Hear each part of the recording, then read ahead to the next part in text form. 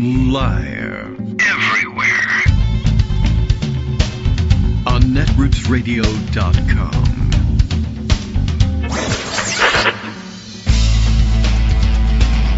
David Waldman. Kagro. In the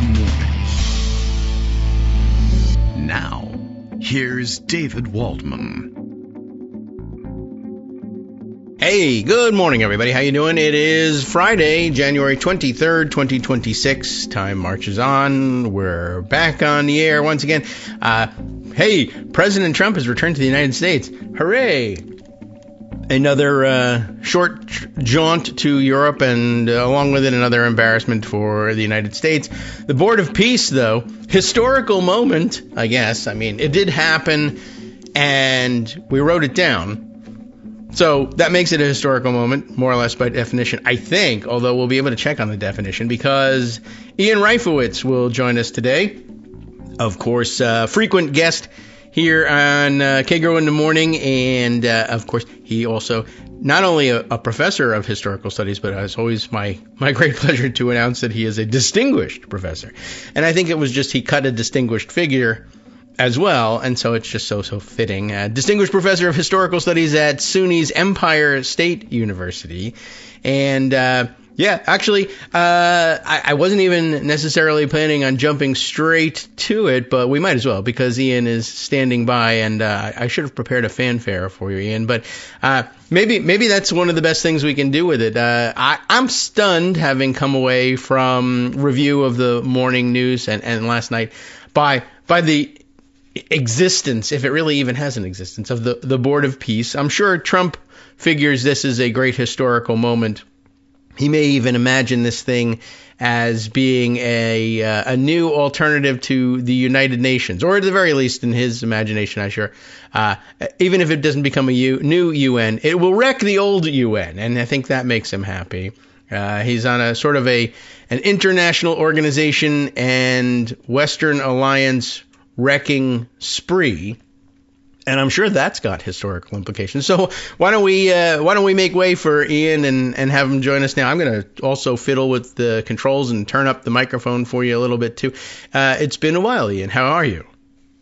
I'm doing well. It's great to be back with you as always, David. Yes, and we can. I didn't mean to pick a topic, but no, I think it's kind of hard to avoid this topic. Yes. This spree of his is certainly worth our time. Okay. Well, yes, and we have that. All right. I did mean to sort of check in with you about anything that might be new and happening with you, or how the book launch has gone, and all of the. So we're free to range over any number of topics. If you have a list, we'll adhere to it. But, one of the ways we keep the price of the Kagro in the Morning Show so low is by eliminating all the difficulties and costs of pre-show preparations. It was very expensive to do these things. But yes, we can jump right into it. I'm sure you've had an eye on what he's been doing in Europe and the ongoing collapse, I guess, or what he's trying to drive is a collapse of, the post-war order. Well, let me first start by saying that I actually was very impressed with the muffins and pastries in the green room you had set up here. Delicious. Yeah, yes. Well, yes. That may be unique to you. No, the book launch has been good. The book for your listeners is Riling Up the Base, Examining Trump's Use of Stereotypes Through a Multidisciplinary Lens. Oh my. Or possibly an interdisciplinary lens, now that I think about it. Whatever. Okay. And the book came out a couple months ago, and I've been talking about it in various sources. Had a really interesting podcast discussion with Anthony Scaramucci a couple of months back, which was a lot of fun on his book, his open book podcast with authors. See. How long did that last? Scaramucci. It was like 20.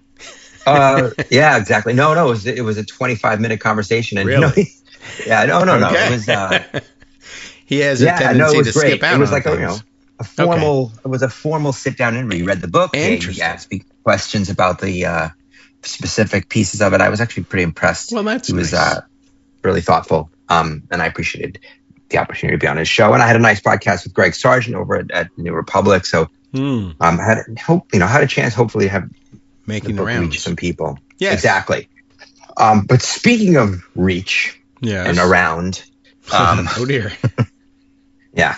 We've got this guy. Yeah. So many strange things. I was struck by the fact that the Charter of the Board of Peace specifically states that Donald Trump is the chairman. It reminds me, frankly, of an old style sort of European royal document, frankly. Right? Yeah, that is interesting. Right? Yeah. You draw up a document, you gather a bunch of people together to say that person X is the head of this. You don't even gather them to say it. You say, if you want to come in the room, you gotta say know that I am the king.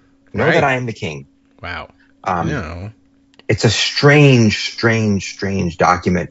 But what it does is it replaces the authority of the United Nations, because the United Nations authorized the Board of Peace to operate in Gaza through the end of 2027, and that's fine. The United Nations can create subgroups, etc.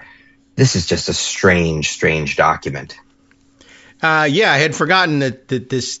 I mean, I recall that it was originally formulated to supposedly to deal with Gaza, but that it had gotten the imprimatur of the UN Security Council, which, given the permanent membership these days and who runs it, it may be a little bit less impressive than it used to be to get that kind of backing. But they did get it, and of course, then they immediately ran with it and said, well, actually, maybe we should run the whole world this way.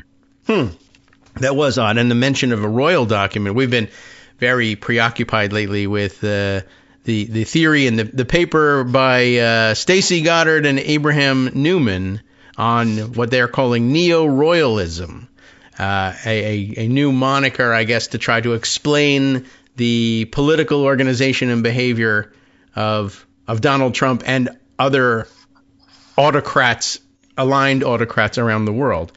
And they think of it as a very big, as a throwback to the age when foreign policy was conducted essentially as a series of private agreements among ruling elites, the actual personal monarch or head of state, if not monarch, and dealing person to person, as opposed to at the nation state level.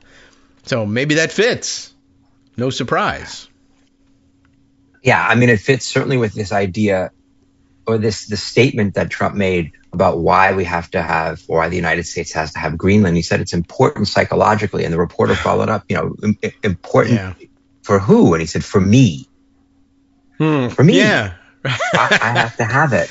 Like that's a real consideration for him. But we've supposedly kind of gone beyond that. Like, okay, it doesn't really matter that it's important to you. And as I recall, the oath that you took was to the country, the Constitution. And my big problem with it, besides the insulting nature of this sort of personalist rule and the corrupt nature of it, is that it's completely aconstitutional. It exists outside of our system, and our system, such as it is, was founded explicitly to reject that and to take an oath to uphold that, and then say, actually, I thought I might rule as a personalist dictator, or if not hereditary monarch, then just monarch of the moment. Anyway, that's all you need to know is you can be imprisoned for opposing me. And it's amazing how much he's gotten away with, I guess, just because we're all sort of in stunned silence. He can't possibly mean this. We have a constitution, and it's so super serious and everything. And we have like courts and people wear suits. This can't be happening. And it is happening. It is. Look, and I want to talk about the day's events too, but to put on my historian hat for a minute. Please do. Donald Trump is literally and 1,000% exactly what the founders feared. I don't think there's any question, if you could wake the founders up and ask them to look over the course of American history, that Donald Trump is the single best embodiment of what they feared when they were creating the Constitution. So. Right? He is the anti-George Washington. Right? I mean, George Washington understood that there was something called the interests of the country separate from his own interests. I mean, I think most presidents have understood this. Washington, right. Washington, without question, could have had himself crowned King of America. There's just no question about that. It was offered, as I recall. It was offered, right? Nobody else, and it was not offered to anyone else, and it wouldn't have been offered to anybody else. And the fact that at the end of his second term, he walked away from more power because he wanted to make it clear that there was a different principle involved, that there was a principle of peaceful transfer of power, that there was a principle that power did not rest in the person who exercised it, but in the documents and the processes by which that person had temporary power. That's why Washington did what he did. Trump simply says, how much power can I accrue to myself? I want it all. Yes. And interesting that in the charter itself, a more tactful person might say, well, I'll take the de facto power, but I might disguise it as legalistic or constitutional power that might, at least theoretically, be passed on peacefully to someone else. But to put in the charter document, I'm the chair. And I mean, I guess, I didn't read through the entire charter. Does it take an account of, okay, one day he'll die, and that's on a lot of lips. People talk about it, but he will. I mean, he's human as far as we know. And is there any discussion even in the charter of how to select this successor, or is it just, no, this is only very clearly a vehicle that I'm going to be using to do whatever it is I'm aiming at? And I think it's also clear in the document what he's aiming at, but only for so long as I'm alive and working, I guess. Does it have a provision for selecting new leadership? I don't believe it does. There you are. There is no provision for anybody else to hold the position. And in fact, a U.S. official, according to ABC News, a U.S. official said, quote, the chairmanship can be held by President Trump until he resigns it, end quote.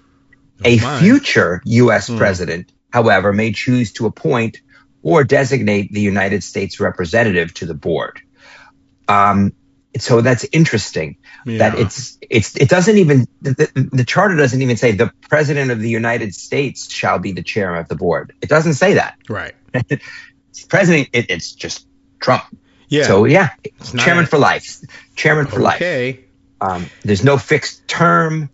There's no anything else. He's a president until he decides not to be. At least of this board, yeah. Chairman, I should say, chairman. Yeah, chairman. True. Yeah. He may also, he may also find that he's able to engineer the presidency until he chooses to resign from it too. But it's not supposed to happen this way. That's kind of the central point of it, I think. He may hold on to the presidency, but clearly the Constitution says that's not the way it's supposed to be. Whereas the Board of Peace, if it turns into anything worthwhile, right now, I guess I don't care if he's the chairman of the Board of Peace, but who knows what happens in the future. But that just says, no, this is just me. This document is actually about me and establishing me as the leader. And who cares what happens afterwards? That's no longer the point of sharing any power with anyone. That's right. That's a bit bizarre. We think of the Electoral College as having problems because of it, the way it works with the states, and the winner take all, and et cetera, et cetera. The reason why the Electoral College was created was because the founders didn't trust that, or feared that a demagogue could come along and sweep up the voters' passions, and that they were afraid of Trump. They were literally afraid of Trump. Now, that doesn't mean we shouldn't have a democracy, of course, but this is what they were afraid of. And they tried to create a system that would prevent something like that from happening, figuring, all right, well, if we have, the trusted members of each, region come together and they're well educated. They won't be fooled. Well, whatever. We made it impossible. It didn't stop it. That's right. But the point is that they got it. They got it. They knew what they were afraid of. They were afraid of somebody coming along and doing what Trump did. And it's a phrase that's overused, but I think it really applies here.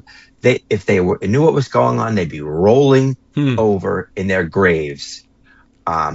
He is an offense to everything that the founders believed about limited government, about limited authority for government, and about the concentration of power in one person's hands, because they were raised on the concept, or raised is the wrong word. They believe deeply in the concept of a flawed human nature, right? We all know the phrase absolute power. Power corrupts and absolute power corrupts absolutely. They did not believe anybody could be trusted with the kind of power that Donald Trump has aggregated for himself.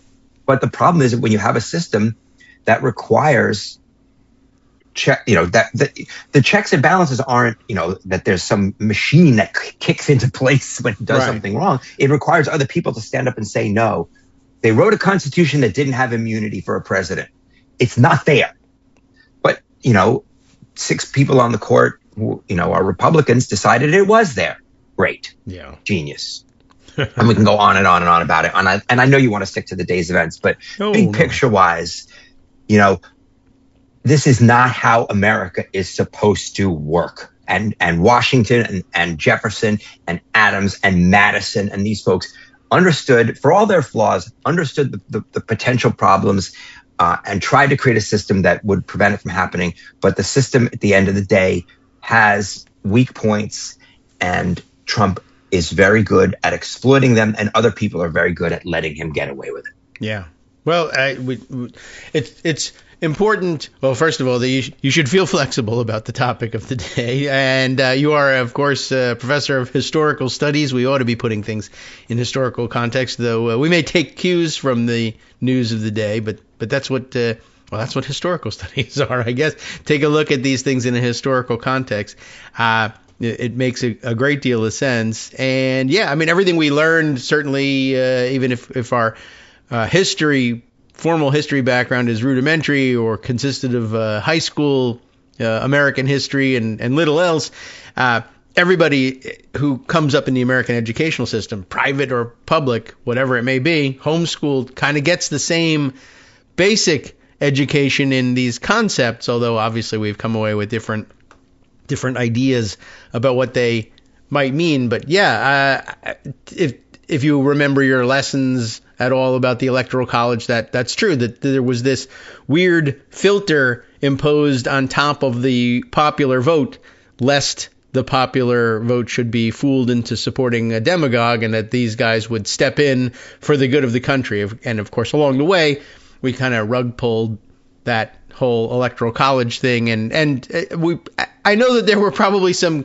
good reasons at the time. Well, we want to eliminate the danger of faithless electors who will, pull some sort of a surprise out of their back pocket, even though they're actually limited in who they can vote for, in defiance of the voice of the people, such that in the end we end up with, well, actually, now that I think about it, it was even worse. But in the end, we end up with a ceremonial event, essentially, that is predetermined in its outcome, and people have lost the sense of why it was important to do, and then it left it vulnerable to attack, either by a mob that would somehow interrupt, and in addition to which they had the parallel plan of, well, this is how much they revered our system. What if we just said, these pieces of paper we've put together are Electoral College votes, and they came from different people, and they voted for the person who didn't win that state, and the vice president should just hand those over to the tellers, and they'll read that on the floor of Congress, because after all, this whole stupid ceremony, it's so dumb that you can disrupt the whole thing with a piece of paper. Just read the different piece of paper. That's how much we care about the Electoral College. Yeah, well, I mean, that should have been a pretty good indication of how far astray from the Constitution Trump was willing to go, and that it was a dead letter at that point. But we waited. We had a 4-year interregnum reprieve from his craziness with the Biden administration, and I guess just didn't do enough reparative work in between. 4 years is maybe not, well, certainly ended up not being enough time to do this. But I do recall that really even in the 2016 election, it was clear to me this is, I think, a situation that the founders may have meant the Electoral College to step in with here and say, we cannot cast these votes for Donald Trump. And certainly the second time around, having fomented an insurrection at the Capitol to disrupt and negate the Electoral College. Even with that evidence, the Electoral College still elected him in 2024. I think it may be now a dead letter at this point. Oh, well, sure. I mean, we're left with the vestiges of it in a way that it serves really only one purpose, which is to give disproportionate power to rural areas and throw any close election basically up for grabs as a coin flip, as we saw, the popular vote loser is able to win in the Electoral College. It's happened twice in the last 25 years, in the last 25 years, in 2000 with Al Gore and Bush, and obviously 2016 with Hillary and Trump. I mean, the thing about the Electoral College, I mean, let's do a little history. Why not? Mm-hmm. So the thing about the political parties actually somewhat acted as an Electoral College before we went to a primary system. Right? The Electoral College wasn't exactly a check on the popular vote. There was no popular vote. You and I and the people who live in our town get together and picked an elector. And that's it. That's all we did. We picked an elector. We sent an elector to the Electoral College. Then the folks at the Electoral College sat around and said, who should be president? Let's come up with someone. That's how it was supposed to work. It was supposed to be bottom up. It wasn't a check on the popular vote. There was no popular vote. You picked the people in the town, not town, but in the congressional district that you picked the person you trusted the most to pick your president. So it was bottom up in that sense. And then within a few cycles, you started getting you started getting electors almost right away running on behalf of candidates. If you want Thomas Jefferson, vote for Mr. Smith as your elector. If you want John Adams, vote for Mr. Johnson as your elector. And we also had political parties acting as a sort of electoral college. The difference is that the members of the political parties who went to the convention were not necessarily elected by the people either, but they were the filter. Okay, we'll get together the trusted people of the Democratic Republican Party or the Whig Party or the Federalist Party. Actually, they weren't conventions until after the Federalists were gone. But by the 1820s, you had conventions, and they came up with a nominee. So right away, you had a filter. Even before the person is put out for the general election, they're filtered by the quote unquote, trusted people of the party. And that was another filter. I do think it's better that we have popular vote essentially for the primary process, but that's one of the things you had after 1968 when Hubert Humphrey was nominated to be the Democratic presidential candidate without having won any primaries or won significant votes in any primaries. But that's why we have what we have are open primaries. We have a more small d democratic process. Donald Trump got the votes in the Republican primary, and then got to the finals where it's basically, as we said, it's open to a coin flip. The loser of the election can win if you draw the inside straight that you need to draw in Pennsylvania, Michigan, and Wisconsin. So we ended up with the vestiges of an electoral college that doesn't even perform the filtering function because it's just another way of counting the votes. And it's a way of counting the votes that more often than it should means the loser wins. The person who gets fewer votes wins. And they can always say, oh, well, I would have run a different campaign. BS. Come on, please. There's no. Here's in a nutshell. Here's the difference. I support getting rid of the Electoral College, and I would continue to support it, even if the demographics flipped and it favored Democrats. Republicans support the Electoral College and oppose abolishing it specifically because it helps them, because they have no principles. At the elected official, I don't want to say every Republican voter. That's not when I say elected Republican officials have no principles. And I do think Democratic elected officials would continue to support opposing the Electoral College, even if it gave their party an advantage. And if they didn't, then I would condemn them for it. Fair enough. Certainly, I think we've all seen that it certainly doesn't serve any of the function that we learned at least briefly in our high school education about it. But an excellent point and a good reminder of the nuance there that I think we do sort of learn it in shorthand as well. It's a check against the popular vote, but not actually the case. And so no necessity to keep it on simply for that role, and it's not serving that role anyway.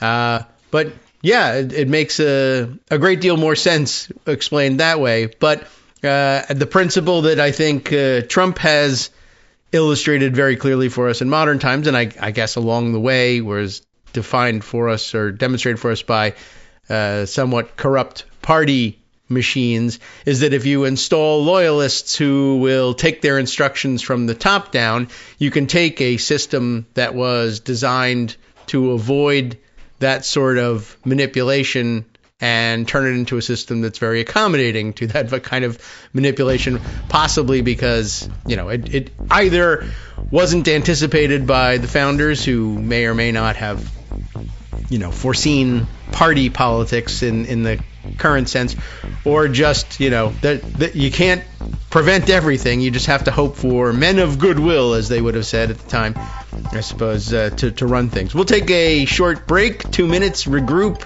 discuss among ourselves. You discuss out there as well, and we'll be back with another segment with Ian. Hi everyone, it's me, Commercial Guy, this time here to remind you that there are a number of ways you can support the show even without spending a dime, except for the dime that you spent on internet access so you could hear the show. Ignore that one. Anyway, I'm talking about feeding the evil algorithms that make the modern internet tick. When those YouTubers and TikTokers plead with you to smash that like button or subscribe so you never miss an episode, or even just leave a comment, it's because they know that it makes the algorithms more likely to recommend their content to other users. And they must know what they're talking about because their shows have millions of subscribers. And mostly those shows are terrible. We rule. So go find us on YouTube, find us on Libsyn, Stitcher or Patreon or Spotify, TuneIn, Apple, Amazon, Pandora, and then like us, love us, post a comment, ring the bell, punch the clown, shock the monkey, whatever you're supposed to do on that platform to make that algorithm think we're cool. Thanks so much for helping us blindly walk into Skynet's oblivion, but maybe with a little extra coin in our pockets. All right, welcome back, everyone, to the Kagro in the Morning Show here on Netroots Radio. We continue with Ian Reifowitz, our very distinguished professor of historical studies at SUNY's Empire State University. And, we're going all over the place today, but taking advantage of the opportunity to have a historian on board to discuss the day's events in a historical context.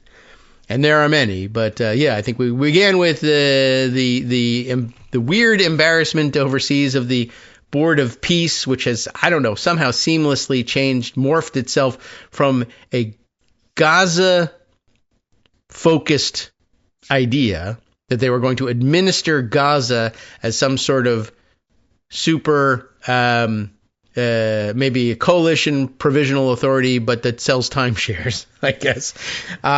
And then just taking the ball and running with it. And then yesterday, following the meeting in Davos, the World Economic Forum, and I guess that was just the first global congregation that came up so that they could stage an event there, and got some 20 countries to sign on to this new idea that I think basically last Friday they announced to the world, to the surprise of the world.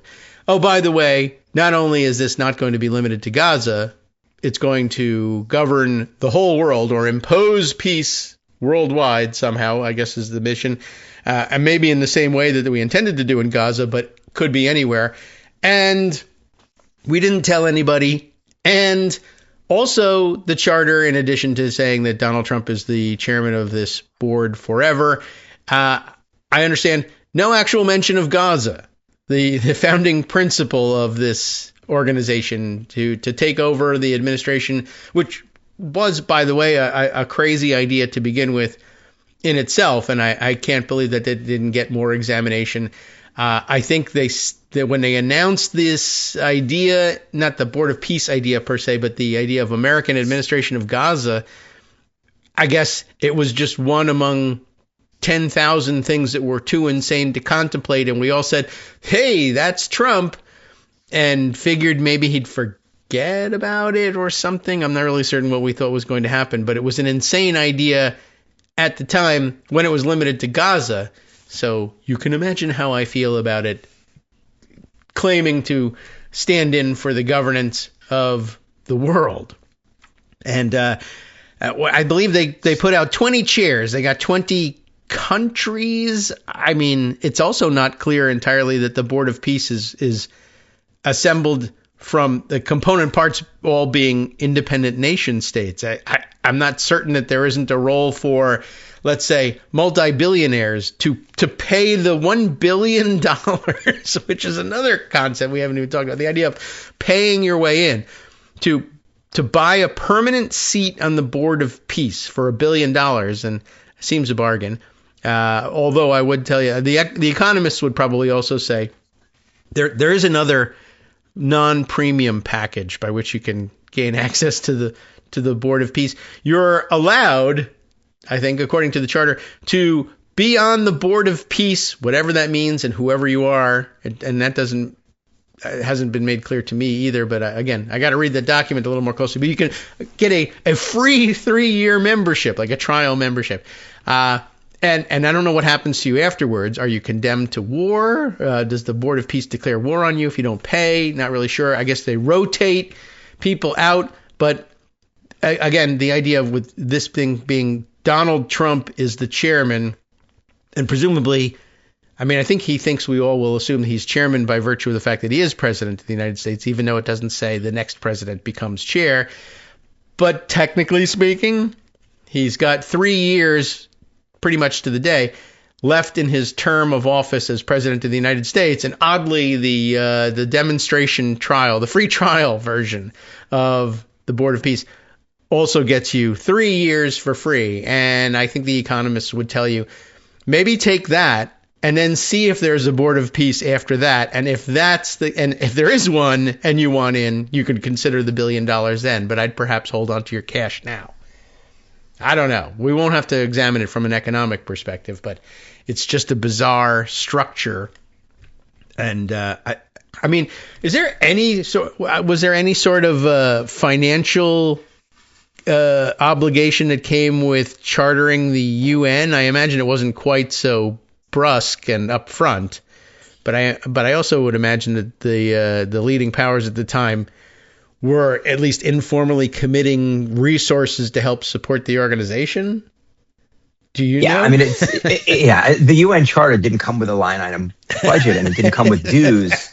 But once it was monthly created, minimum. I mean, there's a formula, and it changes over time, and it was based on the percentage of the world's economy or GDP or strength. That would sort of be how it goes. But it was essentially, each country would pay what it had the economic capacity to pay. I don't know. This whole thing is just all I could think of. Right? All I could think of is Austin Powers. Trump sitting in the room.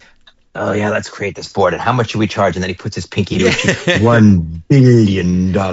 It's so arbitrary and weird that you can't help but think of that. And then of course the other oddity of, so we'll put in the money because you got to have funds to run the thing. So the money goes to where exactly? I don't have to tell you that, but it'll be under my control as chairman.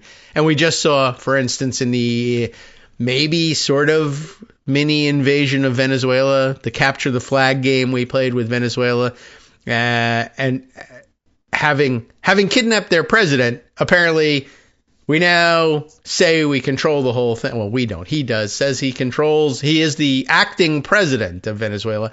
And so he engineered this, maybe yes, maybe no, I don't know. Who can tell whether it really happened? Deal with 50 million barrels of oil, whatever that even means. They don't use barrels for this stuff anymore.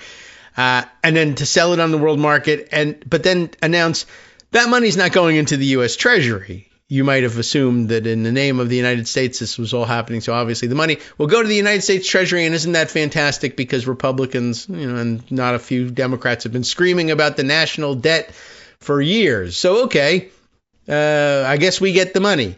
And the answer is no, actually we don't. And it's in a private bank and maybe a bank in Qatar. And that may or may not be reachable by the United States government and may actually... Who knows what the documents say? It might say at the end of his term, Donald Trump can withdraw it and take it and leave, and we won't know. I don't know what to say. I mean, I guess we'll have to. You have to look at it in a historical context, even though none of this stuff has ever happened before. Or unless, I suppose if you're comparing it to the neo-royalists, maybe it has happened before. We just have no experience with it personally because it's been out of fashion for 200 to 300 years at minimum. At least, yeah. I mean, the officials who have commented on this have said that the $1 billion, per country, Yes. this is going to be the seed of the Gaza Reconstruction Fund, and then that is supposed to be its first priority, let's say. Mm-hmm. And of course, this yesterday or within the last 24 hours, It just doesn't say it. It says it. I mean, I think it says it. Oh, it's not clear to me where it would say it, but it's supposed to be. That would be a great excuse towards it. for it, certainly. I mean, yeah, sure. I mean, that's what a U.S. official said, but another U.S. official could say something tomorrow, for sure, right? Right. And Canada's out, right? Canada was part of the Board of Peace. Now Trump said, nope. Oh no, Canada, you don't get to be in the Board of Peace. So I don't know if they'd even take Canada's $1 billion if they offered it. No, your money's no good here. Right. You can't get in. Can they still get in for free? I don't know. Right. So we're creating this Board of Peace. Trump is creating a Board of Peace that is essentially, invitations to my private group, while at the same time destroying NATO, the single most important, political military alliance in the history of humanity. It's all in a day's work, I guess.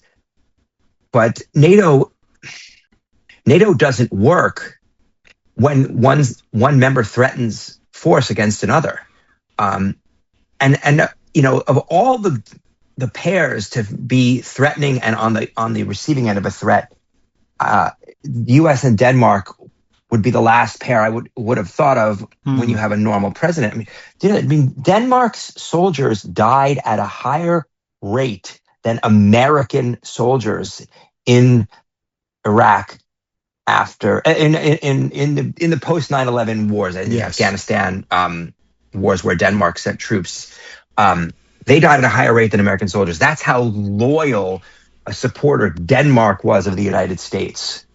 But then this goes back to neo-royalism. For Donald Trump, there's no such thing as loyalty to America. There's only loyalty to me. And to make the royalist point, it reminds me as a historian my initial training was as a historian of the Austro-Hungarian Empire, the Habsburg monarchy. And there was an example during the Napoleonic Wars where French troops took over a territory called the Tyrol, which was Austria's now much of it is in northern Italy. And the local people, led by a guy, I want to say his name is Andreas Hofer. God, I remember this. rose up against French troops and wanted to restore, Austrian rule. And after it was all over, the Austrians were going to execute him because he was a quote unquote rebel. And one of his advisors, maybe apocryphal, but one of his advisors said, "But I don't understand. He's a patriot. Why would we execute him?" And the emperor said, "But is he a patriot for me?" Okay, that makes it plain. And I know a guy who would say the similar thing. I think exactly right. Does it matter if the Board of Peace if the cause of peace would benefit from having Canada on it or not, all that matters is Mark Carney said something about me I didn't like. So that's it. No partnership in peace. And it does make for an interesting portrait, let's say, for the Board of Peace can't stay out of war with our closest and most famously polite neighbor. And I don't know what the prospects are. But yeah, I mean, it's a bizarre idea to try to bring together a different... I mean, I guess I hope that he continues to do that sort of thing so that it undermines his ability to challenge the authority of the UN.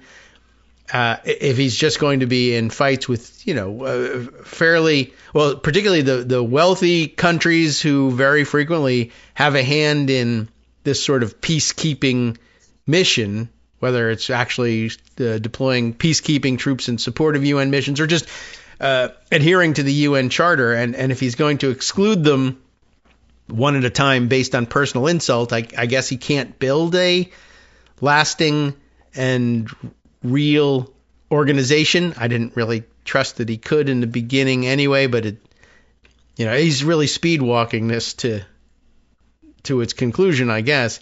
But in the meantime, there's still the real results that I'm sure that no one could be more thrilled with than Vladimir Putin, that NATO disintegrates in the interim. And I'm sure he wasn't even expecting to win the bonus of disintegrating the United Nations. But great. What a twofer. I didn't realize that it was on sale. And I could get it for two for the price of one. It's wow. Well, pretty disturbing, I must say. There's of course the domestic component of all of this, and I guess this would ordinarily consume everyone's attention, and I suppose constitute an impeachable offense all by itself. All of the control of the money, the undermining of the allies. It's got emoluments issues. It's got treason issues. It's got a little bit of everything. But I guess we're also distracted by the other 10,000 things completely wrong with it that don't have necessarily international elements, including, of course, the continued obstruction of the release required by law, if there is one, of the Epstein files. That, of course, much on everybody's mind. And really, as you reminded everybody of the title of your latest book, Riling Up the Base, and the use of Trump's use of stereotypes. Well, nothing could be a clearer example of that than the outrageous, heavy-handed and brutal and, again, amoral, aconstitutional application, I guess, of what's supposed to be immigration law in the country. And wow, the things we've heard from the mouth of the president himself in the last couple of days, and his most insane and vicious loyalists. Tommy Tuberville comes to mind in particular, just because he spent the last week or so saying the most outrageous things about Muslim Americans. But between the comments about Somali Americans, Muslim Americans in general, and right from the beginning, straight out of the golden escalator about Mexicans and everybody else that might catch his attention, we really have not demonstrated the ability to put the brakes on this at all. No, you're absolutely right. And I have to correct my own record as a historian. I did conflate two things. This Tyrolean guy was executed by French troops, but it was the Austrian emperor didn't execute him, but the Austrian emperor did ask when he heard about this rebellion against the French troops. They said, "Oh, he's a patriot. Is he a patriot for me?" As opposed to, does he like me? As opposed to simply not liking, French troops or whatever, because that's all he cares about. Anyway, yeah. But yeah, I mean, look, this is what we do. This is what this is not what we do, but this is what our politics does.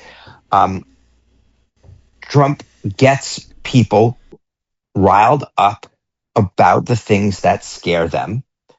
It's not a new story per se, but we never saw a president or even a major presidential candidate who could win the nomination of his party operate this way.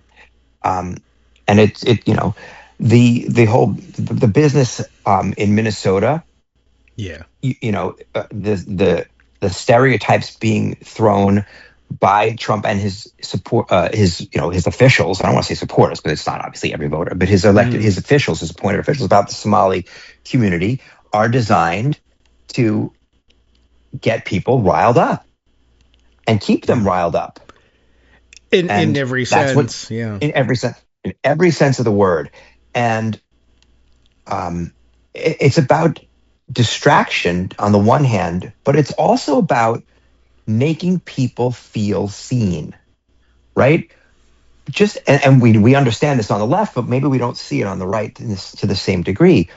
But when Trump says those things, he makes people who are afraid is the wrong word, but who are concerned or maybe afraid about demographic change and don't hear politicians talking about it in the same way they do, because most politicians don't want to indulge in sort of our deepest, darkest fears. But when they see somebody doing it, they say, "Oh, that person gets me." Well, and Trump gets those people. Now, that's not enough people to elect a president, but it was enough people in 2016 to win a nomination of a major party where not everybody even is a Republican voter participates in the primary process. We know how this works. It's the most active, it's the most engaged. And so you win the nomination by riling up the base, which maybe represents 55% of the Republican primary electorate.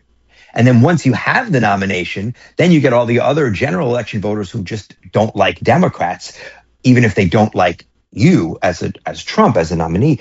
But once you've got the stranglehold on the party, he's proven adept enough at keeping it that, he doesn't need more than his base to make sure that nobody can challenge him within the Republican Party. And obviously, he, even after January 6th, when everybody thought he was done, he was able to keep control of the party because he had more power within the party than certainly Mitch McConnell did, or any other figure, any other figure within the party. Yeah, once you're the nominee, it's at least, our system makes it such that you're at least a coin toss away, and you have a viable shot, even if the vast majority of voters or potential voters oppose you.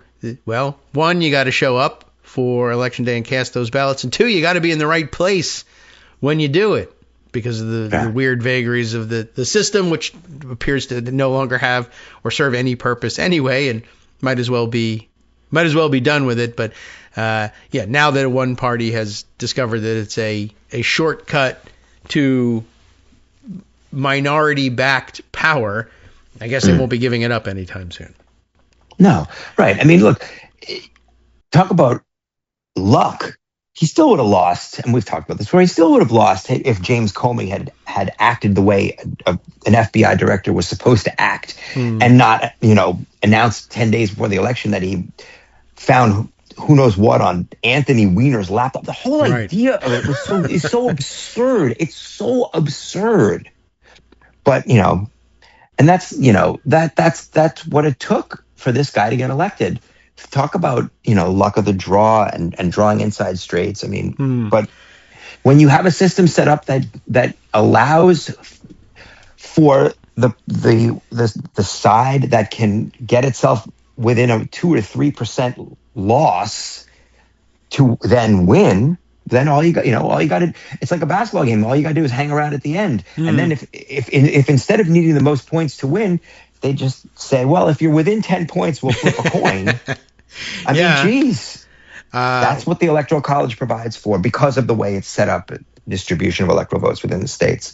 But let's not rehash 2016. Right.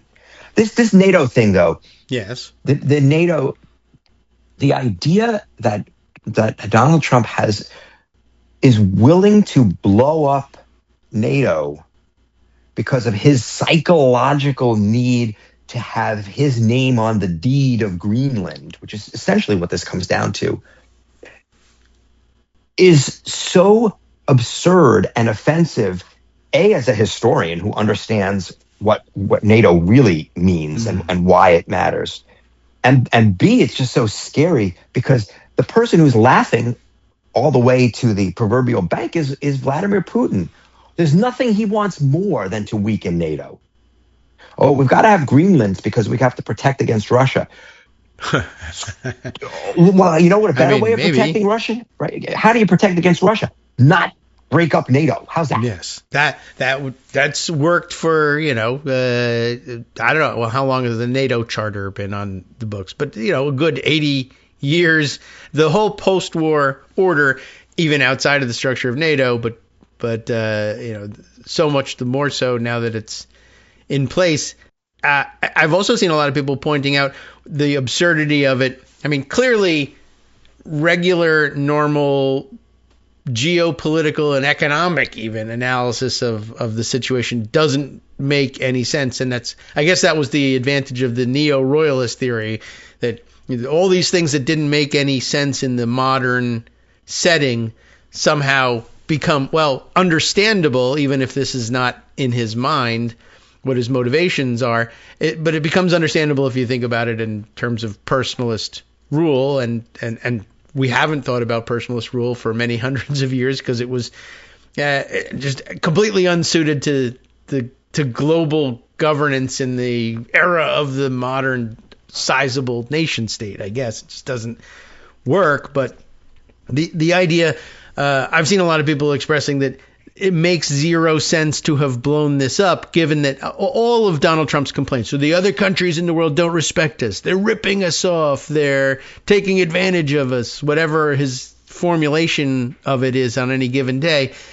The exact opposite has been true for a very long time, nearing a century, in which the United States has grown to be the most powerful nation in the world, the wealthiest nation in the world, and basically capable of directing international affairs around the globe with indirectly or directly, and with a rather soft touch, and mostly without having to launch, certainly no new global wars. The whole system, essentially, for a guy who complains about rigging, has been rigged to the advantage of the United States, purposefully by the United States and its allies.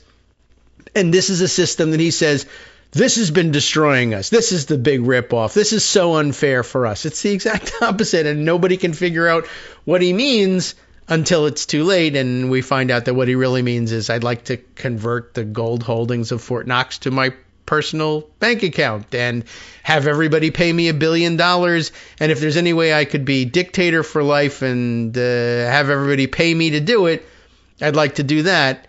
And we're saying, I don't know, I guess the Constitution says this is okay, right? And no one stops what's happening. We don't know how.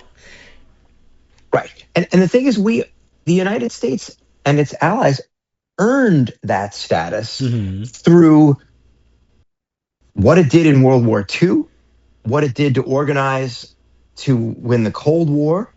And it was a benefit to the United States, as you said, and it was a benefit to the world. It was soft power won through the use of hard power for a good cause. And that's what he has thrown away, right? He's much more interested in, were you nice to me today? Were you nice to me today? Mm-hmm. And then the other piece, which let's not forget, is when we're talking about Trump exercising power the way he does, where are the people, and we're talking about, of course, Republican officials, who went bananas when another president did anything to put a toe out of line in terms of what they saw as an unfair exercise of power or any kind of personal exercise of power. I mean, we're talking about people who went bananas when Barack Obama wore a tan suit. Yeah, I'm not certain what the power implications are there either. Right, but Donald Trump, can act in ways that are unprecedented and dangerous, and exercise power in ways, for example, that he says are unlimited, at least in certain arenas, unlimited, but nothing but his own mind. Now he's talking about international law, etc. But no, there are laws. Do you imagine if a Democratic president said, I'm not bound by the laws. No, I cannot. Yeah. I mean, my God.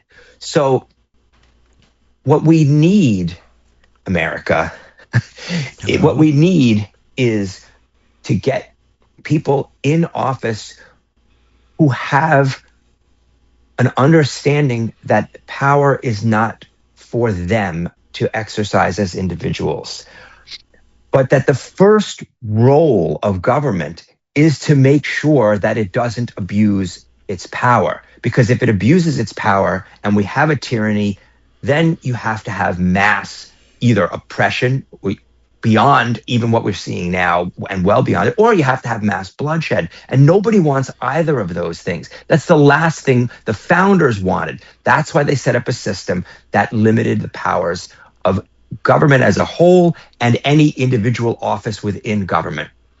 And somehow Republicans, or most Republicans, 99% of Republicans in Congress, 99% of the time, just don't care. They just don't care because they don't really care about the principles of limited government. They only talk about those things so that they can then gain power and exercise it in a way that they see fit. I guess so. And I suppose it's possible that they may think going into it, well, he may have a point there and we may end up at bloodshed, but I believe somehow we'll be the winners of that bloodshed. I'm not certain why they think so, but I think it has to do with their cozy relationship with their guns and another of the stereotypes that seems to drive American politics, that the guns are on our side and not on theirs. That could be all that it comes down to. Deserves more exploration. We should do it again sometime because I know you have to lend your expertise elsewhere this morning, in the day job. But, I do, but thank you for having me on. It's always a pleasure. Thank you, Ian, for coming on and indulging us in this discussion. And it pays to have a historian on hand, folks. Thanks again, Ian. We hope to see you again soon. You got it. All right, welcome back now to the Kagro in the Morning Show here on Netroots Radio. We thank Ian Reifowitz again for coming by, distinguished professor of historical studies, SUNY's Empire State University. Lucky enough to be the seat from which he's working. And again, the book, co-authored with Anastasia, I should have had him pronounce the name, Anastasia Carrillo, Riling Up the Base, though. This will at least help you find the book. Now you may have a renewed interest in it, perhaps. Riling Up the Base, examining Trump's use of stereotypes. Oh my God, has he gone crazy with that? Through an interdisciplinary lens, although really at this point, any lens will do.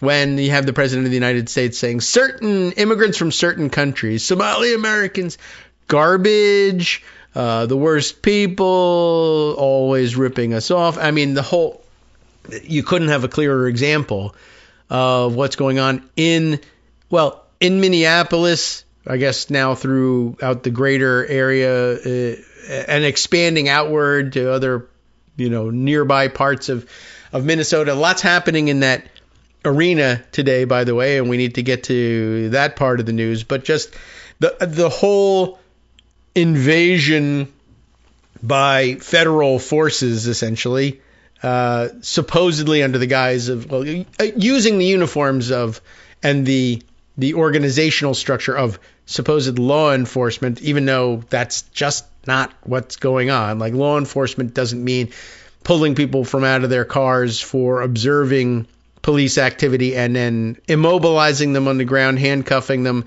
telling them that they're being detained, and then just spraying them in the face with pepper spray because we've got it and it doesn't require filling out paperwork if I use it, and it's going to hurt people. And I'm angry that these people are against me and my mission, whatever that might be, even though I probably don't even care what the mission is. I care about getting paid. But to the extent that I'm ideologically committed to the mission, great. Liberals make me crazy because they oppose this thing that I'm crusading on, and so I want to hurt their eyeballs. And that's it. Just use the use of force for that. It's a little aconstitutional, certainly. But all driven by their ability to premise just about anything on racial stereotyping. Somali Americans, because I've been criticized by Ilhan Omar, a member of Congress from Minnesota, and she's Somali American. All Somali Americans must be up to no good, and where you find a toehold. Oh, I heard about a case prosecuted, by the way, already under the Biden administration, where Somali American owners of, I guess, purportedly child care centers were manipulated into a fraud scheme, perpetrated, as it happens, at the helm, I guess, being a white American citizen woman who, found the opportunity to operate at the margins and steal money, and talked a relatively poor and economically disadvantaged minority community into cooperating, because it will put money in your pocket too. And to extrapolate from that the system is generalized, that every Somali American is involved in this kind of fraud one way or another, not limited to Minneapolis, not limited to Minnesota, but basically everywhere. And P.S., who else is poor? Other kinds of immigrants. And they probably are doing this too. And even if we don't have evidence that it's still going on, because the people have been prosecuted and the system's been mostly shut down, will generate content that purports to say that it's still happening and we've proven it. And how have we proven it? By not proving it. But it doesn't matter, because viral TikTok video kind of thing. And, well, that's using of stereotypes to rile up the base. And then it results in, well, what passes for real policy. I don't know whether it really counts as actual policy per se in the formal sense, like let's point to the documentation that says this is supposed to be happening. There isn't any, but in the meantime, there are people with weapons and tactical gear that makes it difficult for you to fight back against them, occupying your cities and capturing anybody at will, capturing the images of everybody who passes by, whether they're involved in protest or not. We now have a situation in Minneapolis in which Pam Bondi, Attorney General of the United States, has been pressing to find some way of prosecuting Don Lemon. You may remember Don Lemon from CNN days, has since left CNN, and apparently followed along in his capacity as an independent journalist these days with the protest that disrupted a church service in Minneapolis. We haven't really stayed up to date on that situation, but let's see. Do I have some backing on that from Inside Instapaper? Some of these things have not actually identified themselves that clearly inside Instapaper, but I think you probably have been following the news. Believe it or not, you've probably been following news outside of just listening to this show. But here we are. I have the CNN report on the current status of the case they're trying to bring against Don Lemon, which explains as part of it, its background, that this protest that took place in a church in which I understand the reason it was selected for it, that the pastor of this church is himself working inside of ICE. I mean, is like, I guess on weekends you get to be a pastor, and during the week you get to put on a mask and arrest immigrants, which seems like an incongruous pairing. But, well, we know what sort of demagogues can sometimes embed themselves under the guise of religion in this sector. And I guess, though, it was known to the locals and they came to protest. And, of course, this Trump administration takes that as an opportunity. They sit down, they brainstorm this stuff. It doesn't take very long and don't need much of a brain, and it isn't a very powerful storm. But they say, well, we need to find a way to prosecute these people who bothered our friends, the people that were paying to beat up immigrants in Minneapolis. And they came and they protested and they said nasty things. And in other words, they exposed this weird nexus of religion and uncontrolled personalist power under the federal guise. And that's embarrassing. And so, one, we're going to charge these people with a crime, and I don't know what the crime is going to be, but we'll think about it for a little bit. And, the Stephen Millers of the world very quickly settle on, well, they interrupted a religious service. It's a bit of a weird, perverted religious service, but a religious service nonetheless. And you know how it is in this country. We have First Amendment freedoms if you're on the right side. And we can say that this was a violation of the federal right to free exercise of religion for everybody who was at the service. And that is, however many people were there, that many counts of violation of civil rights. And so that's what we'll do. We will arrest the people who came to protest, up to and including Don Lemon, who says he was there as a journalist covering the event, but really wasn't he just a protester? And they actually have tried to charge him. And guess what? Just like pretty much every single one of the other high-profile celebrity enemy of Donald Trump prosecutions that have gone on, it has failed because there are still elements of the system that I guess Trump and the Trump administration and Banty and everybody else are still willing temporarily to tolerate. That you need to have a judge handle a trial and a jury sit in judgment, and the juries are just handing back nope to just about everything. The grand juries are refusing to indict people against whom Trump DOJ officials are attempting to bring charges.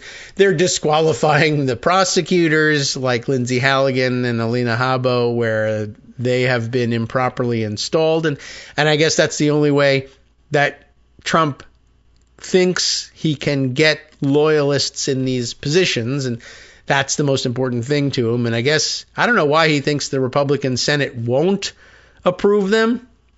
And I'm not certain that he does. He just doesn't really want to wait for them to do it, I guess. But he may also have doubts about it. Like, what if they say no, like they did with Matt Gaetz? Just because he's a statutory rapist, they wouldn't let him be attorney general. And I don't really want that hassle. So, I don't know. I'm not certain exactly what's driving it, except I want this to happen, and this person says they'll do it for me. But I think the Don Lemon situation was a little bit different, and I'll tell you about what the reporters for CNN think was going on. It's Hannah Rabinowitz and Kara Scannell reporting for CNN just yesterday. Judge rejects Justice Department's initial attempt to bring charges against Don Lemon. All right, and this will include a little bit of background of what happened in this particular church. A federal magistrate judge rejected the Justice Department's initial attempt to bring charges against journalist Don Lemon for appearing alongside protesters. This is the best way you can describe it, I guess. Appearing alongside protesters who breached a Minnesota church over the weekend, a source told CNN. And remember, breaching stuff for Trump forces, not a problem. Breached the Congress, couldn't, actually abide by punishing those people. But breach a church, that's something we can get you charged for. The Attorney General is enraged, it says here, at the magistrate judge's decision. A person familiar with the matter said, Attorney General Pam Bondi has been on the ground in Minnesota for 2 days. 2 whole days. Meeting with federal prosecutors from the state. Those that are left, anyway.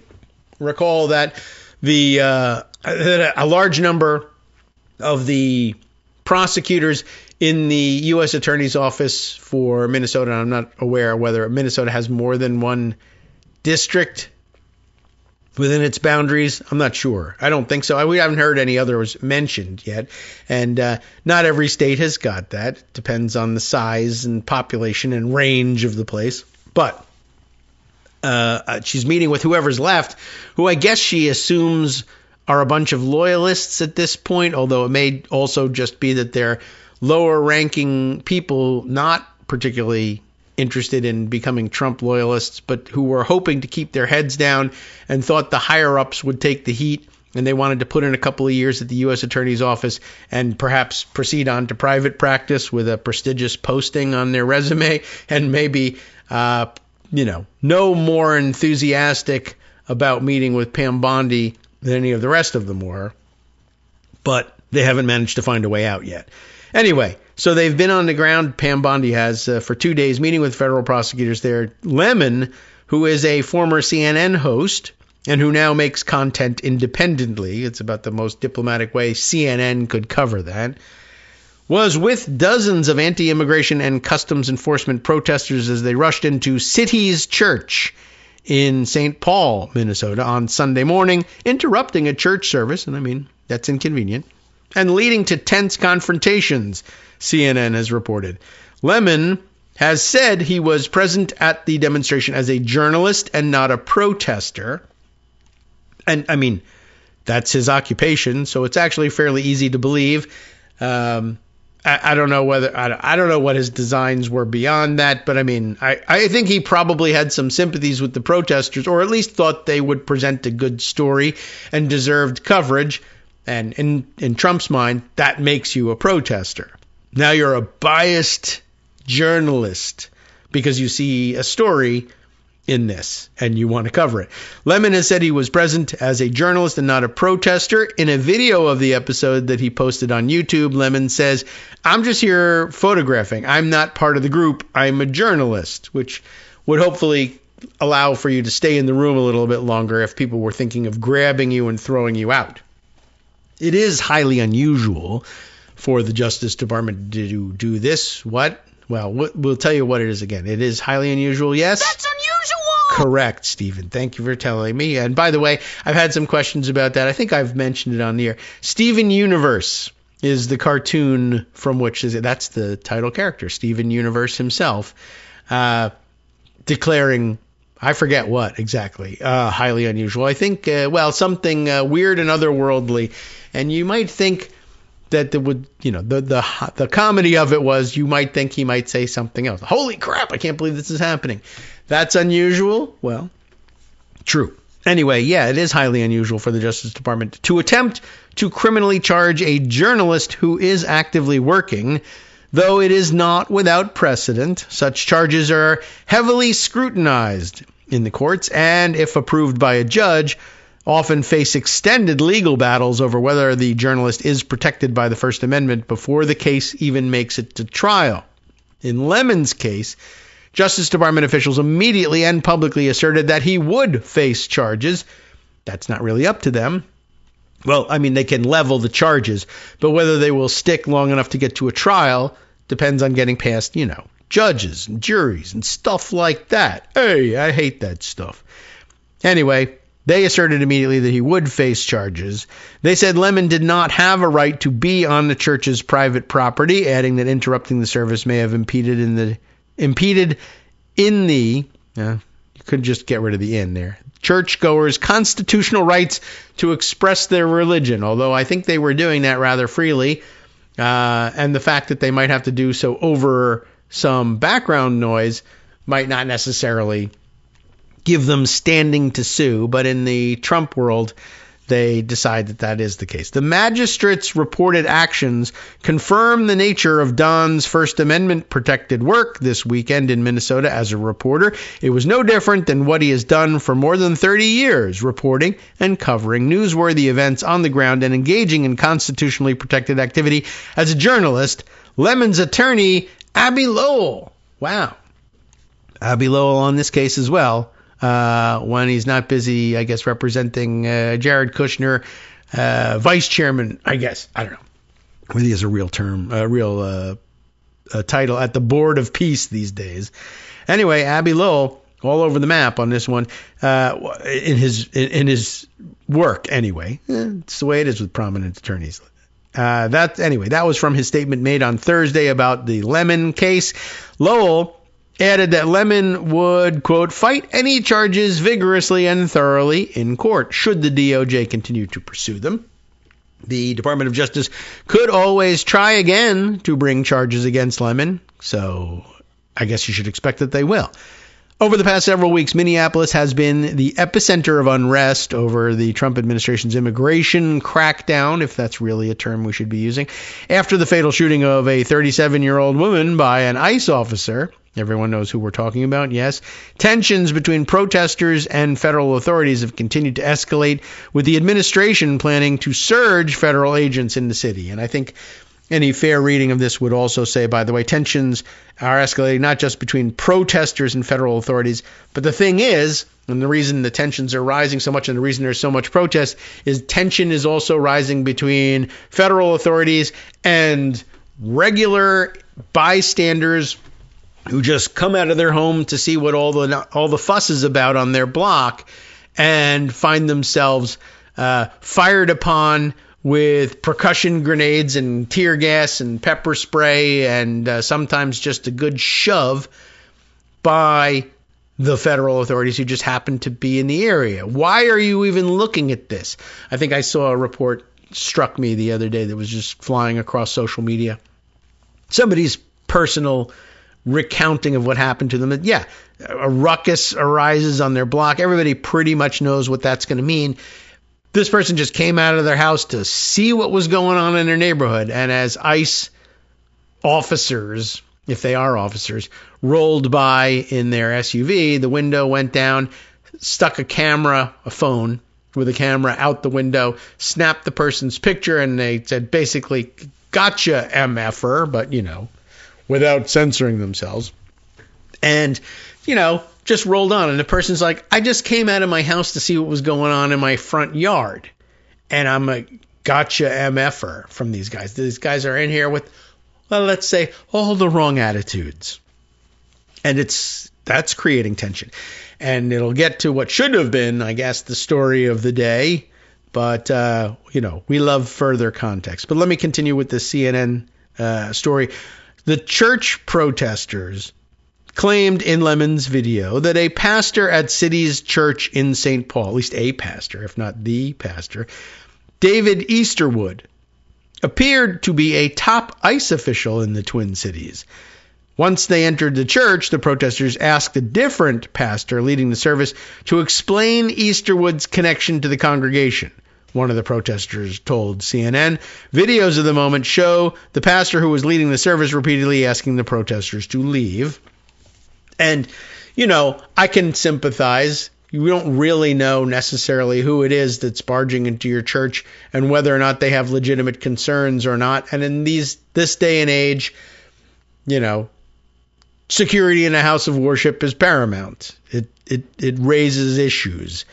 Dozens of protesters can also be seen on video chanting "Justice for Renee Good" and engaging in angry exchanges with members of the congregation. The Justice Department has arrested at least 3 people involved in the protests. It really doesn't rise to the level of necessity for the federal involvement. It's just that they want to be seen as prosecuting, local liberals that they don't like. But state law will take care of that, and the local police could easily have, and probably did, handle the situation on the ground, but trying to butt in with federal prosecution where it's not necessary, that's just performative stuff for the Trump administration. But yeah, I understand, of course, we think we know who the protesters were and what they were doing and what their cause was.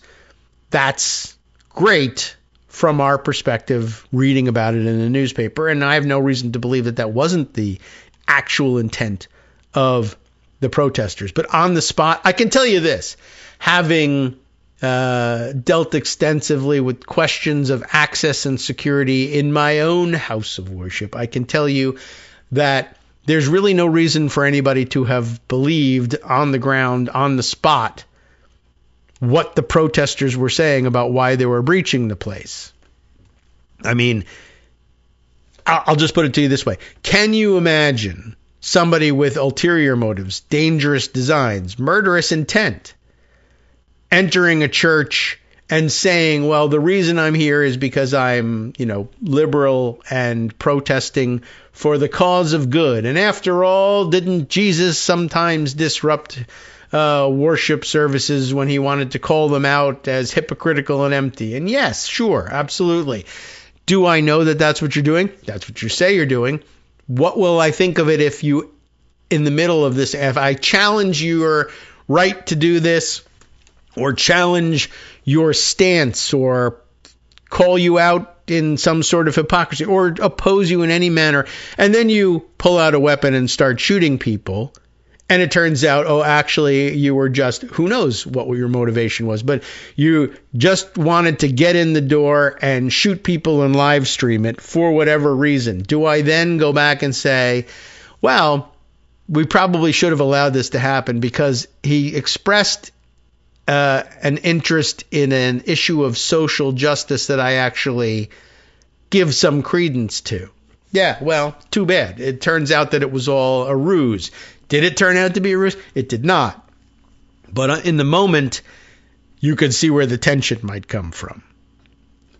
Whether or not the federal authorities have to be involved, well, they get involved if there really is a shooting. That's where they might step in. But if the people who are arrested there were simply there as protesters and no violence broke out, then I think, I think the local authorities could probably handle it. So I mentioned that there was another issue that might capture your attention today in Minneapolis. And I'll bring this to your attention this way. Today, Friday, is, I guess, they're calling it a general strike, and I guess in most senses it is. And there are sympathy strikes going on elsewhere, so that it's, expanding into the greater, broader definition of general strike. But something we haven't really seen in this country for quite a while, because structurally, the legalities of calling for and organizing a general strike are very, very difficult, and it does create entrees for federal authorities to prosecute the organizers if it's not done just so. And it's not even clear that there is any just so that you can do and not face at least the possibility of prosecution. But localized this way and organized across numerous platforms and multi-organizational participation, we have what's looking, for all intents and purposes, like a general strike going on in Minneapolis. The Minnesota Star Tribune covers it this way. Let me just put it down, because I'm not on the ground. I don't know about the organization behind it. But I do know that when there's calls for a general strike, as there frequently are, very often by supporters elsewhere as opposed to people on the ground on the spot, but sometimes on the spot too, and it just never materializes because of the weird legalities, I guess. Businesses close, Minnesotans to stay home Friday in protest of ICE. And we mean, the organization ICE, not the actual ICE. From restaurants to schools and more, hundreds of locals plan to participate in the ICE Out, get it, statewide shutdown on January 23rd. Not just the city, they say statewide. January 23rd, that's today, to show community unity, that's always difficult to say, against federal immigration action in the Twin Cities. I guess I got to read you the Instapaper version of this. Unless it is possible, well, maybe during the break we can engineer a look at it through other means. But basically they're looking at a paywall. And I don't want to advocate, going around the paywalls, particularly when people are doing valuable work on the local level this way. Instead, I would urge those of you with the means to subscribe, at least temporarily, to the Minnesota Star Tribune and others who are providing excellent coverage. For the moment, though, we want to get a hold of what they're saying, and let's say we're using that to encourage you to recognize the value of that reporting and subscribe on your own, and maybe we will too. Dee DePass is the name of the reporter for the Star Tribune who's responsible for this work published yesterday. Let's give you a taste for it just as we head into our third break. Businesses across Minnesota will shutter temporarily on January 23rd as part of an economic blackout intended to show support for immigrant workers, customers, and neighbors who have been the target of federal agents. It occurred to me, I was thinking about it last night and this morning. I'm not sure exactly what. I'm not certain that it's necessarily the best choice to say, well, we're going to black out economic activity in protest, because, lots of people get hurt that way, including the people you're trying to help who are just trying to work and make a living. But I think in this instance, well, certainly one day isn't going to do too much in terms of economic damage. It just makes a statement. But it has the added benefit of saying if we're going to close these businesses, that means our immigrant communities don't have to risk their necks getting back and forth to work. Hi, everybody. It's me, David, still your host for the Kagro in the Morning Show after all these years. Thank you for all your continuing support for the show. And if you're listening regularly and still thinking about getting on board as a supporter, well, the time is now. Patreon.com is the easiest way to make recurring subscription-style payments every month, all year round, to keep us going. patreon.com/KagroX brings you to our page where you can sign up with your monthly support. And hey, have you seen our clever new subscription tiers? It's easier than ever to sign up for, say, one crisp $1 bill for every information-packed 2-hour show. If you're the plan ahead type, there's even a year-long subscription program that saves you 15% on the cover price. Or it would if there was a cover price, or even a cover, for that matter. patreon.com/KAGROX. Thanks again for all your support. All right, welcome back now to the Kagro in the Morning Show here on Netroots Radio. Let's continue on. We got one more segment for the week, and wow, we're ignoring so much. But, once again, I will remind you now at the beginning of the segment, that is why you should be staying tuned for Justice Putnam's West Coast Cookbook and Speakeasy, which follows me here on Netroots Radio. There are so many other subjects from around the country and around the world, as we always remind you, that we need to be paying attention to, that I know you are probably independently paying attention to, increasingly, despite the outrage level on some of these that some of these stories generate. I find myself saying maybe there is then value in bringing some of the weirder stories from different corners of the news front to your attention, especially if they do play into things in weird ways, and almost everything does. Now, we're just so interconnected that there is no story that stands on its own without its own political implications.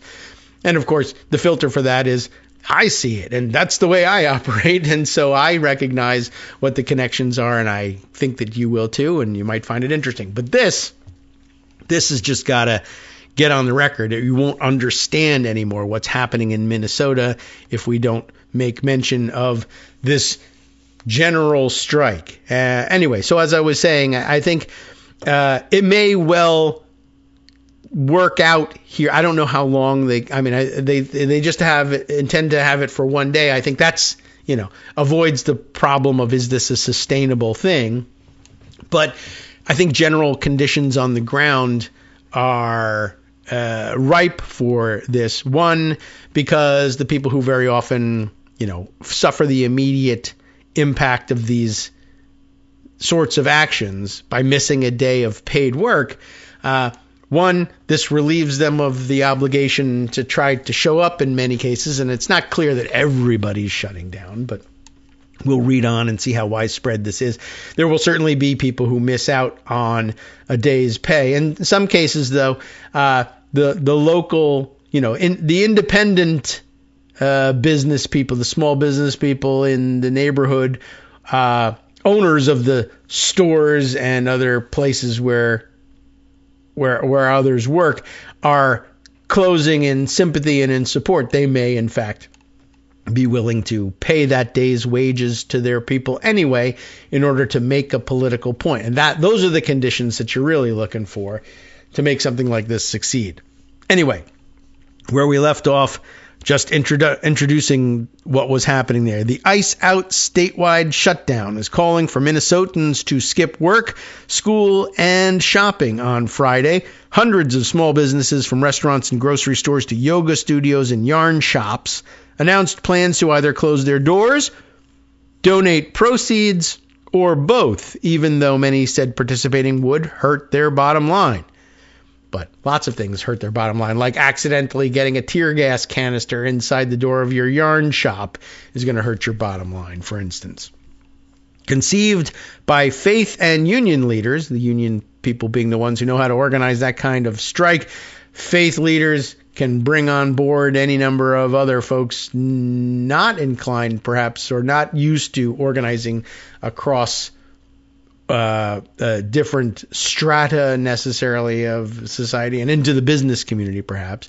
Anyway, both adept at organizing in their own spaces have come together to conceive of this shutdown, the latest in a series of organized protests in the Twin Cities and statewide since an immigration and customs enforcement officer killed Renee Good in Minneapolis on January 7th. And I guess we could probably say with some authority, certainly we agree with them that must have supercharged the situation, but it was the case that local community leaders had, I think, fairly successfully organized protests prior to that, and Renee was part of those protests. Let's not forget that. Not that we would forget her, but that this protest predates Renee's killing, but things have spun out of control since then. And, with reasonable basis.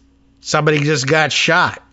Anyway, it's long past due for ICE to cease, desist, and leave Minnesota. Pastor Jim Erlandson of Lutheran Church of the Redeemer in St. Paul said at a gathering with fellow faith leaders Wednesday. It's interesting to see that happen alongside the action at City's Church. But a run of demonstrations has led up to the big day, from churches to malls to construction sites and the state capitol. Wednesday afternoon, immigration agents descended on Minneapolis's Carmel Mall 3 times and detained 3 people in less than 2 hours. Scores of Somali business owners had gathered there for a planned protest. And of course, the President of the United States says, you don't even really need to have a reason to harass or even arrest Somali Americans. They're all garbage, after all. We don't want them in this country. So, it's going to be an uphill battle that they're going to have to depend on independent judiciary to assert and protect their rights. And it's not always clear they're going to get an independent judiciary. Bashir Garad, chair of the Carmel Mall Business Association, and by the way, it's Karmel, Carmel, I hope I'm pronouncing it right, Mall Business Association, and an owner of a travel company, just working hard, making money, integrating into the economy, paying his dues, what have you. Bashir said he and fellow shop owners will close Friday in a show of community solidarity. The plan to shutter businesses and attend protests instead of work or school has gained momentum and support from a wide range of community members demanding ICE leave Minnesota, Garad said. Some business owners, especially those facing economic strain, say they will stay open Friday, but donate proceeds to various immigrant rights groups, food shelves, and families afraid to go to school or work.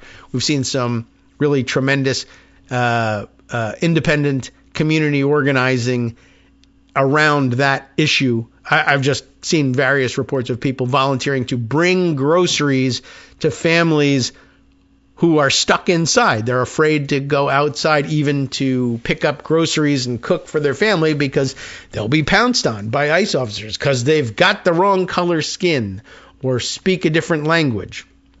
Regardless of what their legal status is, ICE officers don't care about that. They need to arrest as many people as possible to try to comply with the unelected weirdo dictator Stephen Miller's directives about how many people need to be arrested. They've got quotas to make, and you can't go out. It's not safe, and people are bringing them food. And by the way, in many cases, the people bringing them food put themselves at the same risk. They, too, are darker of skin, perhaps. And they're relying on the fact that their, hopefully, documentation of their citizenship status will at least, all you can really say is, if you're a United States citizen and can prove it, even on the spot, and you have your papers with you, all that really seems to be buying people is, well, you can get out of detention in 2 days instead of 2 weeks. Great. The Minnesota Star-Tribune confirmed more than 300 Minnesota bars, restaurants, museums, and shops that plan to close on Friday, as well as dozens of postponed events. While no public school districts are shutting down, Fridley, I guess, was it Fridley, Fridley, Fridley, St. Paul, Robbinsdale, and Minneapolis schools are offering remote learning options. At the University of Minnesota, workers and leaders from 3 unions representing campus workers and graduate students, who are, in fact, organized by unions these days, urged President Rebecca Cunningham to close campus so employees could participate in statewide general strike, and that's enclosed in scare quotes there, said David Munkvold, an ecology PhD student and field worker for the Graduate Students Union. On Tuesday, students, teachers, and parents took part in a countdown to Friday's shutdown on the Capitol steps. During the rally, which nonprofit Unidos Minnesota, MN, Minnesota, organized, Unidos, okay. Minneapolis college student Blair Spina said she needs to call attention to her immigrant classmates who are having their right to higher education impeded, thanks to ICE agents swarming the Twin Cities as part of Operation Metro Surge. The Department of Homeland Security said it has arrested 3,000 Minnesotans in the last 6 weeks. The Star-Tribune has not been able to confirm that figure. But remember, by the way, that Stephen Miller's quotas are that 3,000 people should be arrested every day, at least nationwide, and not just arrested, deported, in an effort to get to deporting 1 million people a year. And remember that they're now circulating their memes that have upped the numbers. I mean, it can't be a surprise to anybody. I know lots of people say, we didn't vote for this, but, they were holding mass deportation now signs up at the Republican National Convention. Yeah, you did vote for it. You demanded that you be allowed to vote for it, and then you did vote for it, and now you're watching it be delivered. But 1 million people a year means, I think the first round where they were saying, we're going to deport everybody, or we're going to deport every illegal immigrant in this country, and people claimed that figure was around 10 or 11 million people, and you don't have the infrastructure or wherewithal to reach that number. But even if you did it at the rate of 1 million people a year, well, you've been elected to a term of 4 years. How are you going to get 11 million people out in 4 years?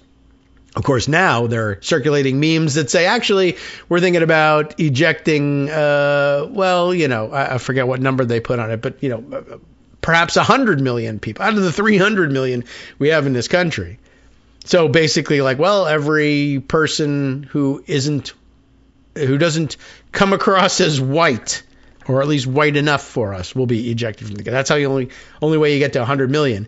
And of course, arresting 3,000 a day, which is an enormous number, gets you to 1 million in a year. How are you going to get to 100 in 4 years? I have no idea. But I guess part of the answer appears to be empowering weirdo goons with no vetting to strap on guns, throw tear gas at people, and shoot people in the face. And they've still only gotten to 3,000 Minnesotans in 6 weeks. All right. And that's unconfirmed, by the way. Employers told the Star-Tribune they welcome a day to draw attention to an immigration crackdown they say has gone too far. Hundreds of small business owners signed a letter to Congress on Thursday supporting the January 23rd Day of Truth and Freedom, as they termed it in their letter. This is a nonviolent pause for reflection, conscience, and collective action, the letter said. We're engaging in different ways and standing publicly for constitutional rights. Remember that? Supporting community members and our workers during this moment. Wes Burdine, owner of the Black Heart, H-A-R-T, Black Heart of St. Paul, said he is closing the bar, in case you were wondering what is the Black Heart, Friday, but will pay his staff. That's what I'm talking about. He is also launching a social media campaign to call attention to the closings and the community being in, quote, an unusual state right now, and it's an emergency, he said. It is unusual, isn't it, Stephen? Yes, okay, we don't need to hear from you again. But if you wanted to chime in, all right. Burdine is planning 2 benefit shows at the Black Heart in coming weeks to support the Ice Out cause, he said. We've had people from around the world contributing to these funds just in solidarity, Burdine said. People want to support people who are fighting back in Minnesota. And yeah, I mean, the fact that he's got 2 benefit shows in the coming weeks might indicate that they think that this occupation will go on for that long. And it very well may. But even if it doesn't, there will be people who need to be, who need to come as close as possible to being made whole, if I don't think it's actually possible. But people who will need assistance for many weeks to come just to dig out from under the effects of what's been happening already. So well worth your time. If the occupation of Minneapolis should end tomorrow, you need to put these events, if you're local, on your calendar anyway. There's a lot of fixing that needs doing. Next up, the hardest decision. What's going on here? Multiple business owners said shutting their doors will come at a cost for Finn Sisu, the Lauderdale-based hub of Nordic skiing in the Twin Cities. Finn Sisu certainly looks like a Finnish name. Well, Finn, I mean, golly, how much more of a hint could there be? But maybe I'm wrong. I don't know. Finn Sisu, leader of the Lauderdale-based hub of Nordic skiing in the Twin Cities, said the move comes at one of the busiest times of the year.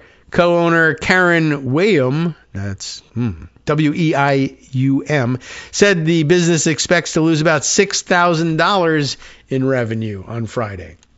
And with a big winter storm sweeping through, I don't know whether Minnesota gets that storm or not, but certainly plenty of snow and ice on the ground. Yeah, you could see it might be a busy time for them. And on a Friday at that. In talking with our staff and fellow owners, it wasn't a hard decision, she said. Adding, employees plan to attend a Friday demonstration in downtown Minneapolis. We've got to show up for this. Well, I guess it's a harder decision for others. She says it wasn't a hard decision, but the section is titled The Hardest Decision. Somebody's having a hard time with it. Mike Brown, co-owner of 8 Twin Cities restaurants that make up the Travail Collective, said Friday's shutdown will mean the loss of $100,000 that could hurt his struggling businesses. Joining the cause anyway was the hardest decision his team has ever had to make, he said. There you have it. Jane Shannon hosted a handful of other small business owners Thursday morning at Bench Pressed, her letterpress studio and gift shop in Minneapolis' Seward neighborhood. Closing the store Friday will cost thousands of dollars, so Shannon said it's not a decision she took lightly. Because we are a white-owned business, we have that privilege to close, Shannon said, adding she's heard from other businesses with many immigrant owners or employees who are scared of retaliation, and they should be. We're hoping to make a little bit of a stand, especially for people that can't. And that's probably a good point, too, right? Like, it's up to you if you want to close your business. You might think, well, if we're willing to take the hit, who's to say that we shouldn't be closing? What else are you going to do to us? I mean, isn't the punishment that we lose money? But don't forget, you're dealing with the Trump administration. There's going to be businesses that close that it's somehow going to inconvenience ICE officials or others, or they'll just see it and get mad and say, is there some way we can charge people with a federal crime for having closed their own businesses on Friday? Ordinarily, no. And in fact, in the end, the answer may be no. Judge magistrates in Minneapolis may say, no, that's not something we agree to. Grand juries may reject the premise and refuse to indict, but they'll menace people with this threat. It's a dumb threat, but they will use it. Bench Pressed will likely hire security, she added, after receiving threatening calls and emails following a local news appearance in support of the economic blackout. You say you're going to close, you're going to support this thing. People call in and say, well, fine, you're going to close your business, then I'll firebomb it while there's nobody in it. No, so there'll be no loss of life, but you'll lose your business. It'd be a shame if something were to happen to it. So now you got to hire security. On top of that, Shannon said she has passed up business opportunities and shipped orders late in recent weeks because so much of her time has been spent supporting the community. Benched Pressed has printed and distributed more than 2,000 anti-ICE posters in exchange for a suggested mutual aid donation. I'm losing money because of the stress of all this, she said. We want to go back to our regular jobs. And I know there'll be conservatives who say, well, see, you're printing anti-ICE flyers. You deserve what happens to you. Now, why is she printing anti-ICE flyers? It could, of course, be, and probably is at least in part, hey, I feel like you are targeting community members and the disadvantaged, and I want to stand up for them. It could be, they're my customers, they're my workers. Or it could just be, and this is a legitimate reason, I'm actually a fairly conservative person. She's probably not, but if you were a fairly conservative person, but you know what's bad for business?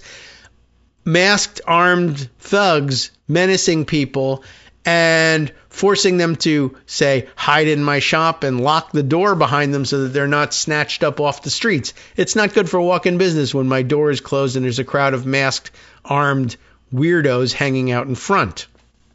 That could be all that's necessary to get people to join this effort. Anyway, she says, I'm losing money because of the stress of all this. We want to go back to our regular jobs. Lindsay Johnston, co-owner of Francis Burger Joint in Minneapolis, said she will close on Friday. One of her kitchen managers, who's white, was recently pepper sprayed, tackled, and detained while observing ICE agents, she said. And I know it's fraught when you have to note things like that. Well, that person's white. Why should they be hassled by law enforcement? Everybody's getting hassled. Well, but not by law enforcement, by local weird or imported weirdo thugs who think they have legal impunity to do so. I don't know how many more days I can stay in my restaurant watching the street from open till close, Johnson said. The fuel in the tanks of the people who are doing this protection, it can only last for so long.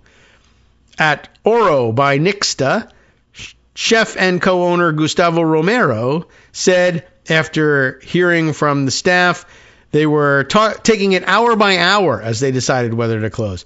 Everybody there, they were like, I want to work. I need to work, Romero said. Some people that are with us, they might be the only person working at their household. For him, staying open does not mean opting out of the movement. Everybody has a different situation, Romero said. They got a big tent, it seems. If we decide to open, it doesn't mean that we're not a part of that. He looks at the restaurant not just as a business, but more like a cultural place, a cultural center where people like me can come and feel welcome, Romero said. We want to be a light. Well, there's a lot going on, as you can imagine. I do have another article that pertains to the general strike, and because it's such an important part of what's happening on the ground there today, I think I'll include it, even though there are many different directions we might go. And, I wanted to at least bring this article to your attention, even if we don't get all the way through it, and try to cram in a few more things. But this is from the New Republic. Sarah Jaffe writes, just earlier today, if anyone can pull off a general strike, it's Minnesotans. Interesting. The massive outpouring of support for Friday's day of action against ICE builds on long-term organizing that the residents of the North Star State have tended to for a long time. If you're wondering what some of the other reasons might be about why this should reach this level in Minnesota or Minneapolis or across the state at this point and not have taken root elsewhere where there have been ICE surges before. And some of it has to do with the size of the populace versus the size of the occupying force as well. And, of course, the shooting can't have helped to prevent this if this was at all preventable, and maybe it shouldn't be. Kristen Crabtree lives just a few blocks from where an immigration and customs enforcement agent shot Renee Nicole Macklin Good, the full name here for effect, on the south side of Minneapolis.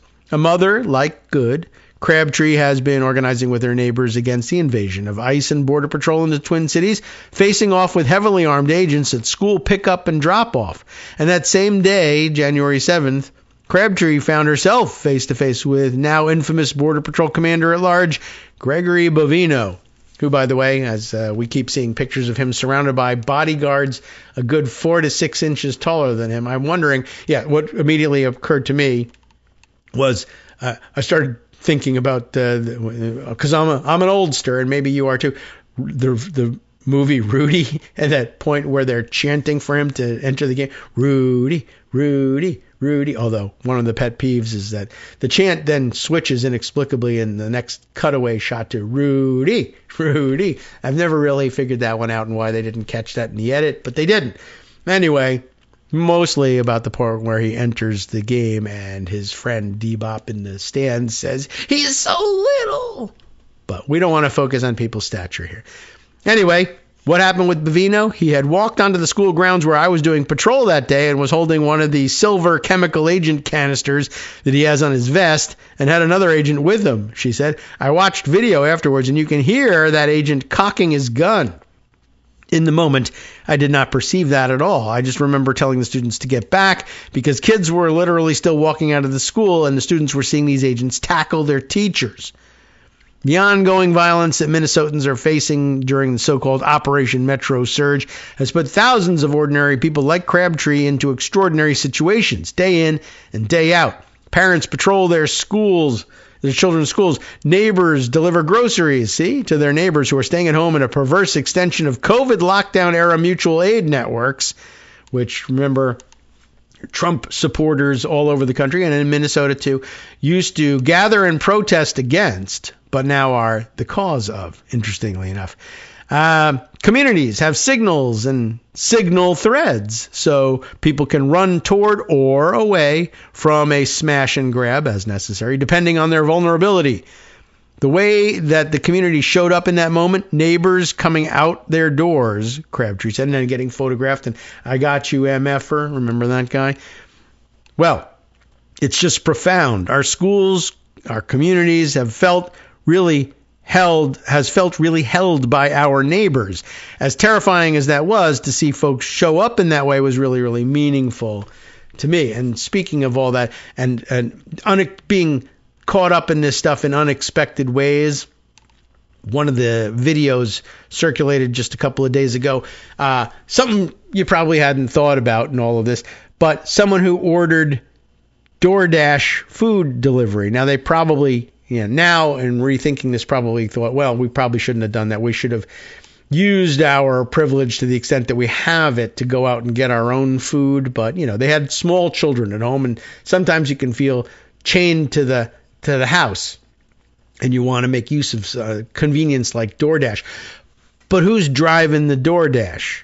Right? Very often there are people who ICE will pounce on. We've seen it in other cities before the Minneapolis surge started.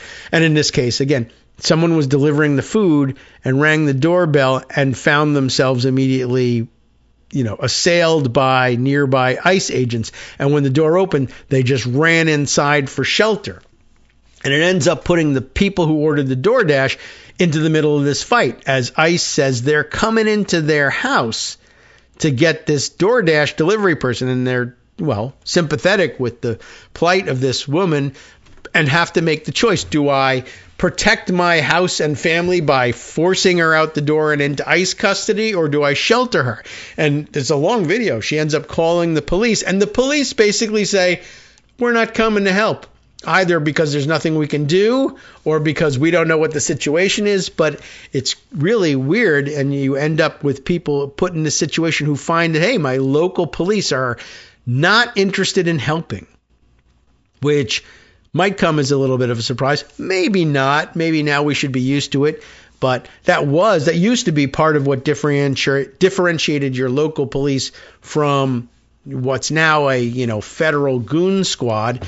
I know that Grudging One, our good friend on social media, had pointed out one of the things that was going to weigh down the ICE reputation and keep them in the gutters is that there's just no relationship with ICE. ICE never helped anyone. I mean, very rarely are the police actually following through and helping. But, by tradition, our old storybooks tell us that you used to be able to turn to the local police for help and protection. You're the victim of a crime, you could report it to them. cat stuck in a tree, them or the fire department. They might actually help you do something. They might do something of benefit to you as a local resident. ICE, never the case. There is no mandate for their general help or protection to the community. They just menace it. And that's part of why you probably shouldn't bother going out of your way to include them in the ranks of law enforcement. They're not doing it. They're doing something different. They don't deserve that sort of adulation. They've never done anything to protect and serve, even if in name only, the way police departments at least once did. Now they just make problems for you, and so it stands to reason that people are just never going to rally to their side. But in addition, you can urge your politicians and elected officials and elected representatives not to worry about making mention of the fact that, hey, maybe we might be cutting their budget. Hey, maybe we may be eliminating their budget. Hey, maybe we may be eliminating their organization entirely. Do they come under the umbrella of law enforcement? They might have once upon a time, but now, is there anybody who thanks them for their service? Only racists who are looking to see more people ejected from the country, I guess, or to see their neighbors beat up for saying that it's wrong to be doing this stuff.